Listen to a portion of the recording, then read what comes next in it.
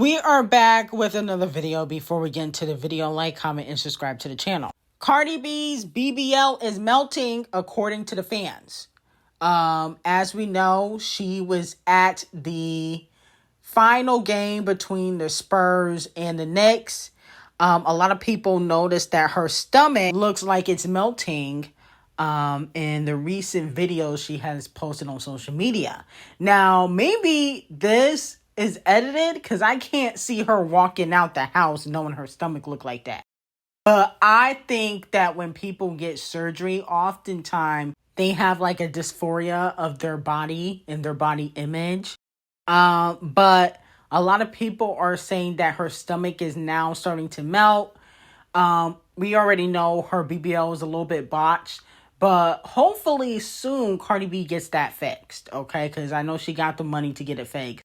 So hopefully she gets it fixed. In regards to the stomach, that might be edited because I just can't see Cardi B leaving the house knowing that her stomach looked like that. Like, I feel like if you know you look crazy, why would you leave the house looking like that, in my opinion? So that has to be edited. I can't believe that her stomach would be melting in public, but maybe because it's very hot outside. It is summer and it's very hot. Maybe that's why her stomach looks like that in the heat.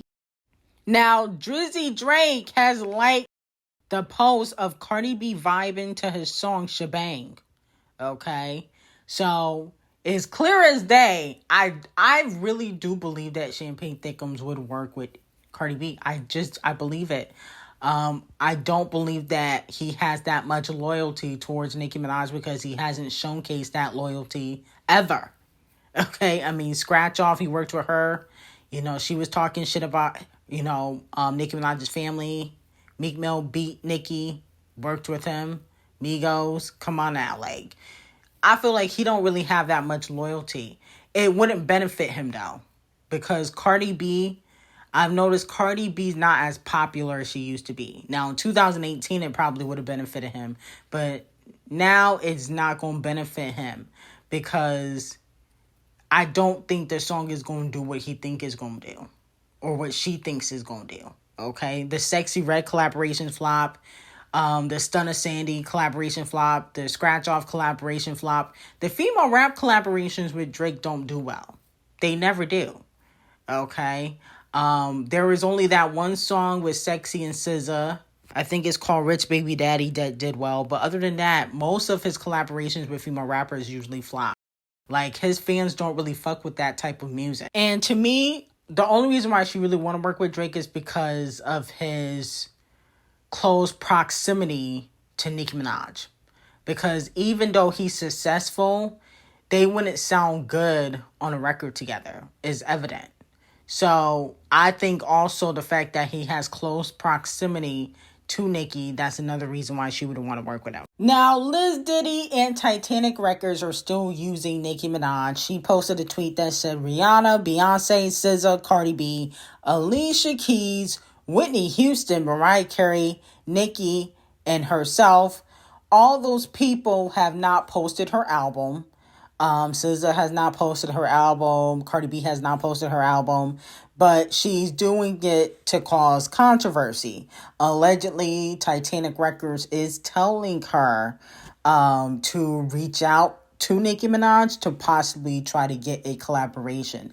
That's one of the reasons why she keeps mentioning Nicki. She wants to have this big kumbaya moment with Nicki Minaj where they can possibly collaborate after having issues.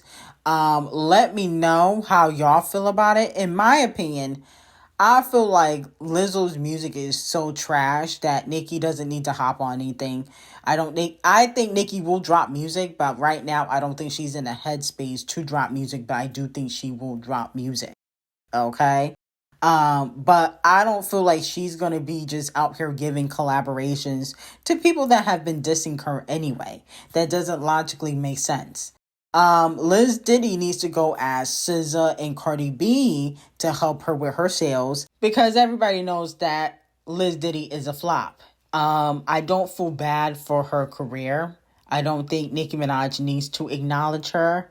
And I don't think Nicki really wants to give her a collaboration.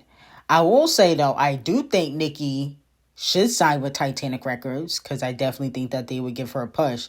But I don't think she should go over there and start doing a bunch of unnecessary collaborations. A Liz Diddy collaboration would be unnecessary because nobody's listening to that hoe's music. Now, as it has been previously reported, Klay Thompson has been shit-talking Megan Thee Stallion behind her back after cheating on her and humiliating her.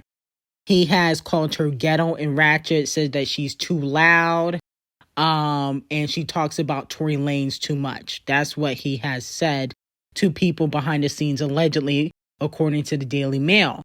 Megan Thee Stallion is not happy with the fact that, Klay Thompson has been calling her ghetto. And, she is looking to see if she can file a defamation lawsuit against Klay Thompson for calling her that. Feels like it could affect her business and future relationships, okay? Because Megan Thee Stallion is not really liked amongst black men as it is. So Klay Thompson, being that he is part of the black community, he's an NBA basketball player, his father was a Hall of Famer, his narrative or how he views Megan can carry some weight because there's a lot of big people in the industry that don't fuck with Megan. Drake, Nicki, Chris Brown. She fell out with a lot of her friends that, she came in the game with. So, she feels like he's trying to sabotage her reputation. And with that being said, she is looking to see if she can, get some money from Klay Thompson. He humiliated her. He, loved bombed her. He now saying that she's ghetto and ratchet. Let me know how y'all feel about it. In my opinion, I don't think she can sue him for thinking that she's ghetto or ratchet, but I'm thinking, well, she's a female rapper. What did you expect from Megan Thee Stallion, per se? Because Megan, I don't think she's the most ratchet female rapper. The most ratchet is Cardi B. But we'll talk about that a little bit later. But I feel like, well, if you listen to Megan Thee Stallion's music, and you know how Megan Thee Stallion always acted on social media. I'm not talking about in regards to her beef with anybody. I'm just talking about her twerking, the Hennessy in the straw.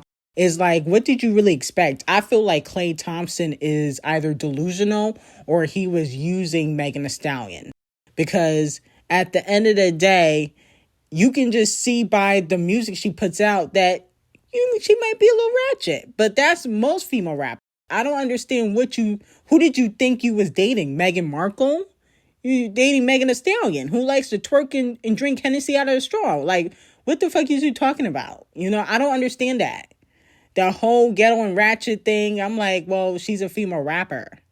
Most of these female rappers are ratchet. Like, come on now, stop. Now, Tyla has teased Is It Love as a new single coming out this Thursday. Let me know if y'all will be tuning in. Right after Ayra Starr has put out her new single, Tornado. Like, it hasn't even been a full week since Tornado came out. You already teasing a new single. Interesting. I wonder if Tyla doing something to try to sabotage Ayra Starr. Because, they don't really fuck with each other like that. So I think that's interesting. But let me know if you guys like Tornado or Is It Love. I like Tornado. I probably gonna like Is It Love. I'm gonna support both. I like Ayra Starr. I like Tyla. I think both can coexist. I do think that Tyla right now is more of a star than Ayra. Okay, I do feel like she's more of a star and she's getting more recognition. She just did the FIFA soundtrack. She performed at the World Cup.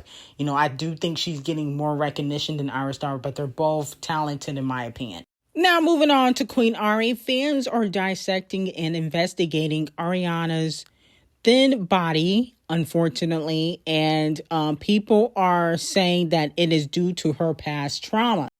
Now, a fan said, I have a theory that her obsession with looking as tiny as possible is also tied to wanting to be infantilized and may be a somatic trauma response. The fake baby voice, the oversized sweaters, the high school ponytail, acting like a shy little kid all the time, along with her constant need to ruin relationships. It feels like she might have had a massive daddy issues growing up. Maybe her dad walked out, or maybe there was a divorce, or something else happened.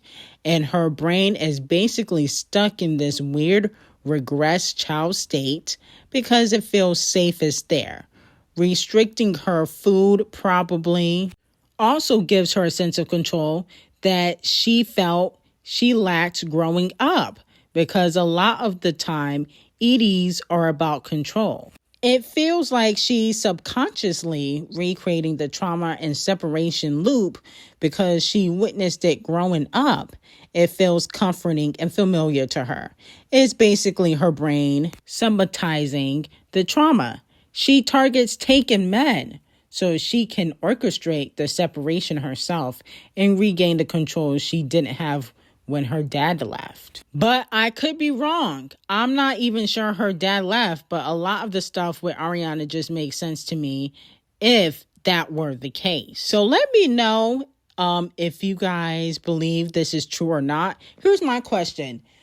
But Ariana didn't always have a quote unquote eating disorder, or she wasn't always this skinny. She was normal size in the beginning of her career. So why would she all of a sudden start having an eating disorder if it was about her dad possibly leaving her mom or leaving the family? It just doesn't logically make sense, because it's not like she always looked like this. She just started looking like this probably since Wicked, okay? But it has gotten worse over time. So I don't know if I fully believe the dad trauma or the daddy issues, because if that's the case, I feel like she would have had it a long time ago. This started recently. I think what also may have contributed to possibly, the disorder, in my opinion, is, her recent divorce. She did get a divorce. What was it, like around the Wicked time? And I think that might have contributed to the eating disorder. But I don't know if I fully believe the, daddy issues or trauma in regards to why she's acting the way she's acting now. And in regards to taking people's man, yeah, I mean, I definitely think there's something to Ariana always taking people's man. But the thing about Ariana, she can't keep a man either. If you always taking somebody's man and you can never be in a relationship longer than 2 to 3 years, then you're the problem. No shade at Ariana, but like, you can't keep a man. So, you can say you took somebody's man, but you can't keep one either. Now, Rolling Stone names their top albums of the year so far, including J. Cole's The Fall Off, absolutely not. Drake, Maid of Honor, no. Baby Keem's Casino, yes. Olivia Rodrigo, you seem pretty dumb, pretty sad for a girl so in love, no. ASAP The Colors, Don't Be Dumb, no. Mike X Earl Sweatshirt, no. Jordan Ward, no. Okay, Blackpink Deadline, absolutely positively not. And BTS, they had Payola. So I only see one album on here that should be getting any recognition, and that's Baby Keem's Casino. But where is Iceman? Iceman should have been number one. And I hope J. Cole is not gearing up to take home rap album of the year. I've been seeing a lot of people say J. Cole To Fall Off was the best rap album of the year. And I hope he's not getting, in my opinion, the rap album Grammy for 2027, because he doesn't deserve it. A Fall Off was trash. Okay. I just don't understand why people keep giving him props. I wonder if he's paying publications, because the album came and went, and Iceman should have been number one. I mean, how you gonna disrespect the King of Canada by saying that J. Cole's The Fall Off was the best album? Have him at number one. Like, no, that's not what happened. Iceman should have been there, and Maid of Honor shouldn't even be, nowhere on the list. No shade. If BT and Maid of Honor were trash. But Iceman should be number one and J. Cole's Fall Off should be at the bottom of the list. It's just disrespectful. I think J. Cole is paying publications because his album wasn't that great. It came and went. I can't even name one hit on the album. I can name 5, 6 hits on Iceman. If you can't name any hits on an album, there wasn't any. It's ridiculous. But anyway, I got some very hot tea on Patreon. Link will be in the description. And I hope you guys have a great day.